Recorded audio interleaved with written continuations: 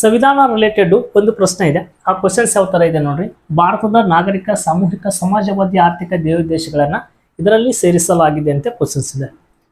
ಮೂಲಭೂತ ಹಕ್ಕುಗಳು, ರಾಜ್ಯ ನೀತಿ ನಿರ್ದೇಶಕ ತತ್ವಗಳು, ಮೂಲಭೂತ ಕರ್ತವ್ಯಗಳು ಮತ್ತು ಸಂವಿಧಾನದ ಪ್ರಸ್ತಾವನೆ ಅಂತೇಳಿ ನಾವು ಇದನ್ನ ಕರಿತೀವಿ.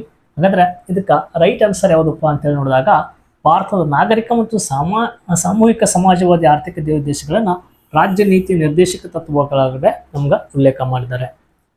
ಹಾಗಾದ್ರೆ ಮೂಲಭೂತ ಹಕ್ಕುಗಳು ಸಂವಿಧಾನದ ಯಾವ ಭಾಗಪ್ಪ ಅಂತ ಕ್ವಶನ್ಸ್ ಕೇಳಿದಪ್ಪ ಅಂದ್ರೆ ಭಾಗ 3, ರಾಜ್ಯ ನೀತಿ ನಿರ್ದೇಶಕ ತತ್ವಗಳು ಸಂವಿಧಾನದ ಭಾಗ 4 ಅಂತೇಳಿ ನಾವು ಕರಿತೀವಿ.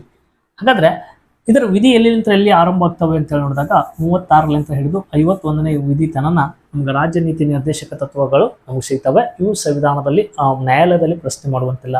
ಅದೇ ಆರ್ಟಿಕಲ್ 12ರಿಂದ ಹಿಡಿದು 35 ತನ ಮೂಲಭೂತ ಹಕ್ಕುಗಳು ಇವು ಸಂವಿಧಾನದಲ್ಲಿ ಏನ್ ಮಾಡ್ಬೋದಪ್ಪ ನ್ಯಾಯಾಲಯದಲ್ಲಿ ಪ್ರಶ್ನೆ ಮಾಡಬಹುದು.